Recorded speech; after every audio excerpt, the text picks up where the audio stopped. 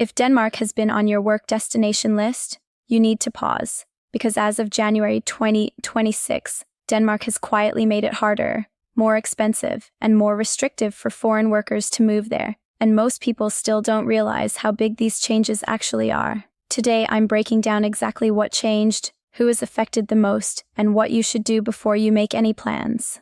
Denmark is known for its high quality of life, strong salaries, and work-life balance. But in 2026, the government is clearly sending a message: fewer shortcuts, higher standards, and stricter control over who gets in. Let's go step by step. 1. Application fees just went up. For everyone starting January 31st, 2026, all major residence and work permit application fees increased. That includes new work permits, permit extensions, family reunification applications, and even certain student-related permits. The Danish Immigration Authority, SIRI, confirmed this applies across nearly all categories. Translation: moving to Denmark now costs more, even before you book a flight. For employers, this also means higher sponsorship costs, which can make them more cautious about hiring from abroad. 2. Higher salary thresholds, no exceptions. This is one of the most important changes. Denmark increased the minimum salary requirements for the pay limit scheme, the supplementary pay limit scheme. These thresholds are now based on Q3 2025 Danish wage statistics, meaning they reflect real market salaries, not outdated numbers. So if your job offer doesn't meet the new minimum, your application will be rejected. Simple as that. This has already affected professionals, engineers, business specialists, skilled technical workers. A job title alone is no longer enough. The salary must be competitive by Danish standards. 3. Major shock. Doctors and nurses from non-EU countries blocked. This one surprised many people.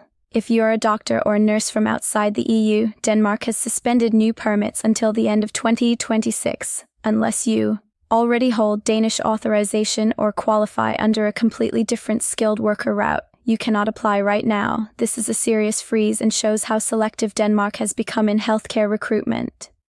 4. The positive list is now much shorter. Denmark's positive list is the list of jobs where they officially say, yes, we need foreign workers for this. In 2026, both positive list for higher education and positive list for skilled work were cut down significantly.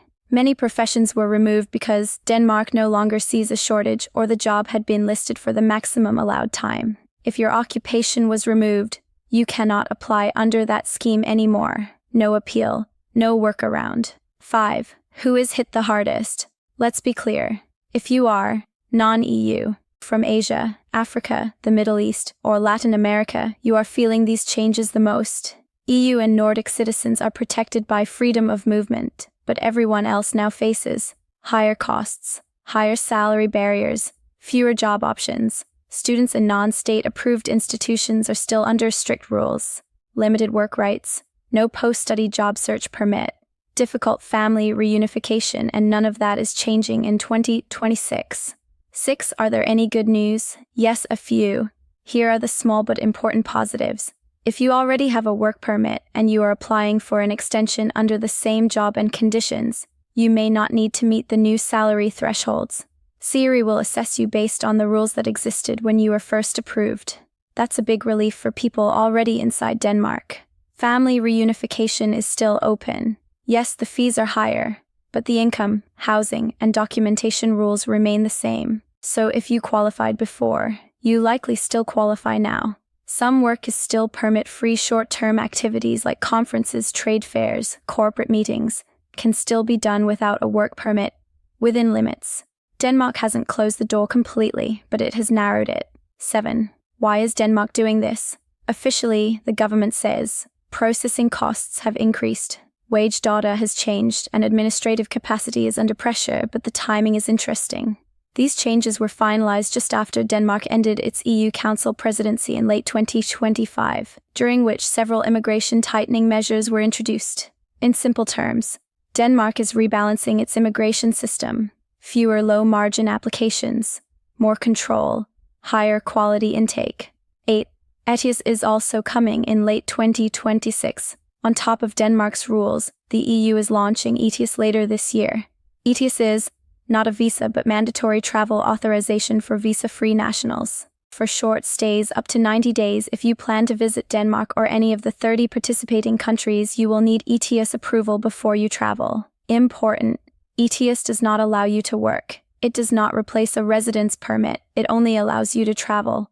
Work, study, and long-term stays still require national permits. 9. What should you do right now?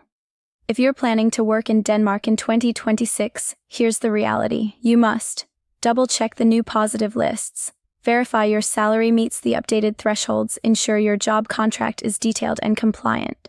Prepare all documentation perfectly before applying. Because under stricter rules, small mistakes now mean big delays or rejections. For employers, you are now paying more and scrutiny is higher, so expect tougher internal checks before sponsorship. 10. Final thoughts. Is Denmark still worth it? Denmark hasn't shut down, but it has definitely raised the bar.